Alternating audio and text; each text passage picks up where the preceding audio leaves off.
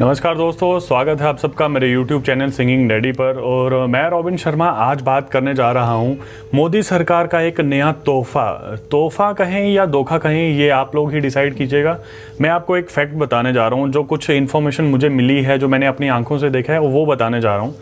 तो दोस्तों मैं आपको बताऊँ सबसे पहले कि जैसे आप सब लोग जानते हैं कि जब भी हम कोई भी फैसिलिटी यूज़ करते हैं, चाहे हम अगर रोड यूज़ करते हैं तो हमें रोड में टोल टैक्स भरना पड़ता है, टोल टैक्स पे करते हैं हम। अगर हम बैंक यूज़ करते हैं, अपना पैसा बैंक में रखते हैं, उसमें भी बैंक को हमें बैंक हैंडलिंग चार्जेस, जो हर साल में बैंक कुछ रुपए काटता है, बैंक हैंडलिंग चार्जेस वो देने पड़ते हैं। अगर हम ATM ही यूज़ करते हैं तो ATM में भी हमारा हर महीने का कुछ ना कुछ 20, 25, 30 रुपये कट गया होता है, जो हम कई बार इग्नोर कर देते हैं, कई बार हम उस पर ध्यान नहीं देते। और भी बहुत सारी ऐसी जगह हैं जहाँ पे हमारा पैसा कटता रहता है, बट वो कई बार छोटे अमाउंट में होता है कि हम उस पर ध्यान नहीं देते हैं, तो हमें पता नहीं चलता और ना ही महसूस कर पाते हैं उसको कि ये क्यों कट रहा है और क्या है, और ना हम उसके बारे में जानने की कोशिश करते हैं। तो जी हाँ दोस्तों, इसी तरह से आज मैं बात करने जा रहा हूँ मोदी सरकार का एक नई पॉलिसी या नया गिफ्ट एक है, जो गिफ्ट तो क्या कहूँ मैं इसको, ये आप लोग डिसाइड करना कि वो धोखा है या तोहफा है। कि मैं अपना एक वाक़या बताऊँगा आपको कि मैं 2-3 दिन पहले पोस्ट ऑफिस गया था। तो वहाँ पे मैंने पोस्ट ऑफिस के बाहर एक स्टिकर सा लगा हुआ देखा, पेपर, उस पर एक उन्होंने लिखा हुआ था कि जिन लोगों का भी पोस्ट ऑफिस में खाता है, सेविंग अकाउंट, जिनका भी सेविंग अकाउंट पोस्ट ऑफिस में है, उनमें 500 रुपया उनको मिनिमम बैलेंस रखना पड़ेगा। और वो उसकी डेट दे रखी थी कि 11/12/2020, यानी कि 11 दिसंबर 2020 से पहले आपको उसमें मिनिमम बैलेंस 500 रुपये करना है।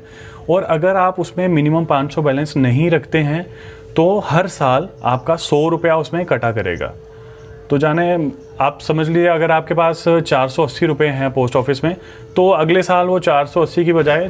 380 रुपये रह जाएंगे। तो मैं सबसे पहले बताऊं दोस्तों कि आज पोस्ट ऑफिस कौन यूज़ करता है और किसके पास किसके अकाउंट ज़्यादा हैं सबसे। और जैसे आपका भी अगर अकाउंट होगा तो बैंक में अकाउंट होंगे, और हो सकता है एक आध अकाउंट पोस्ट ऑफिस में भी हो। मैक्सिमम जो पोस्ट ऑफिस के अकाउंट होल्डर्स हैं वो हैं गाँव या देहात के लोग, जिनको बैंकिंग सिस्टम पे इतना भरोसा नहीं है, ना विश्वास करते हैं, ना ही या फिर इतने बैंक्स अवेलेबल नहीं है उनके एरिया में या लोकेलिटी में, गांव में इतने बैंक नहीं है, तो वहाँ वो शुरू से पोस्ट ऑफिस यूज़ करते आ रहे हैं। तो उनको प्रेफरेंस वही रहती है कि चल हम पोस्ट ऑफिस में ही अपना खाता खुलवाते हैं। और बहुत सारे गरीब लोग होते हैं जिनके अकाउंट में 200 रुपया होगा या 300 रुपया होगा, वो जो भी अगर 50 रुपया भी अगर एक महीने का या 2-3 महीने में 50 रुपये इकट्ठा करते हैं तो वो 50 जमा करवा देते हैं। 100 होगा 100 करवा देंगे, कहीं से 20-30 जितना भी मिलता है वो उस हिसाब से जमा करवाते हैं। तो अगर मान लीजिए किसी गरीब के पास 450 रुपये उसने अपनी मेहनत से इकट्ठे किए हुए हैं और वो अगर पोस्ट ऑफिस में जमा करवा देता है और 430 रुपये से ज़्यादा उसके पास नहीं है, और एक साल ख़त्म होते ही गवर्नमेंट उसको इंटरेस्ट देने की बजाय उसका 100 रुपये और काट देगी, जबकि उस 430 पे इंटरेस्ट उसको मिलना चाहिए था, पैसे बढ़ने चाहिए थे, बट वो पैसा घट जाएगा। इसी तरह से अगले साल और 100 रुपया घट जाएगा, अगले साल और 100 रुपया घट जाएगा, और इस तरह से जब वो 100 करके आपके अकाउंट में ज़ीरो बैलेंस हो जाएगा तो तब आपका अकाउंट बंद हो जाएगा। तो जी हाँ दोस्तों, अब आप ही ये डिसाइड कीजिए कि क्या ये खाता जो बचत खाता या सेविंग अकाउंट है, क्या ये बचत खाता है या फिर कटत खाता है। तो मैं इसके बारे में यही कहूँगा दोस्तों कि आपकी जो भी राय हो प्लीज़ मेरे कमेंट सेक्शन में ज़रूर मेंशन कीजिएगा कि क्या ये आपको सही लगता है, और अगर सही लगता है तो क्यों, अगर ये गलत है तो उसका भी रीज़न दीजिएगा कि क्यों। और मुझे नहीं लगता कि जिस सरकार को हमने इतने वोट देकर भारी मतों से जितवाया था कि गरीबों की सरकार है, गरीबों का भला करेगी, जनधन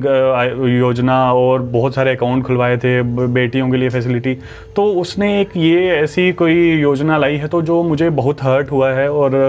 मैं जानना चाहूँगा कि आप अपनी राय दें मुझे इस बारे में, और मेरी इस वीडियो को जितना ज़्यादा शेयर हो सके और शेयर कीजिए। जय हिंद, जय भारत।